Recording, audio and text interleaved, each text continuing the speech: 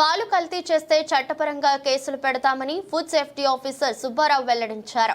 స్థానిక సర్పవరం గ్రామంలో శ్రీ అన్నపూర్ణ మిల్క్ సప్లైపై పాలలో కల్తీ జరుగుతుందని వినియోగదారుల ఫిర్యాదు మేరకు food and safety officer Subbarao గురువారం తనిఖీలు నిర్వహించి వెన్న శాతం వచ్చే మిషన్లో చెక్ చేసి ఆవు పాలు, గేదె పాలు పరీక్షించి ల్యాబొరేటరీకి పంపించారు.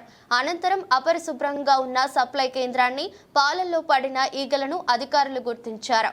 ఈ సందర్భంగా సేఫ్టీ ఆఫీసర్ సుబ్బారావు మాట్లాడుతూ వినియోగదారులు పాలు కొనేటప్పుడు వాటి రంగు, రుచి గుర్తించాలని, అలాగే పాలలో కల్తీ చేసేటప్పుడు ఏ రకమైన అనుమానం వచ్చినా వెంటనే కాకినాడ నాగమల్లి తోట జంక్షన్ పైడ వారి వీధిలో ఉన్న ఫుడ్ అండ్ సేఫ్టీ కార్యాలయంలో ఫిర్యాదు చేయవచ్చని తెలిపారు.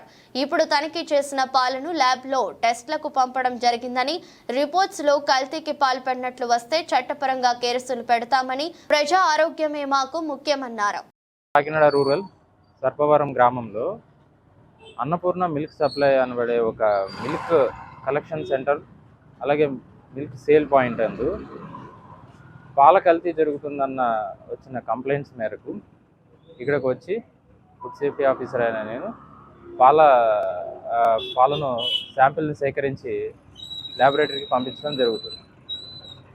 ఈ ల్యాబొరేటరీ రిపోర్టు అనుసారంగా తగిన చర్యలు తీసుకోవడం జరుగుతుంది.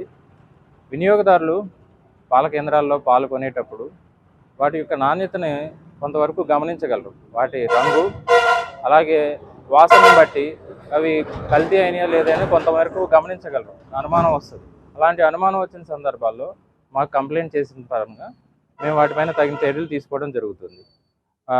మాకు ఫుడ్ సేఫ్టీ ఆఫీసు మన పైడావారి వీధిలో ఉందండి.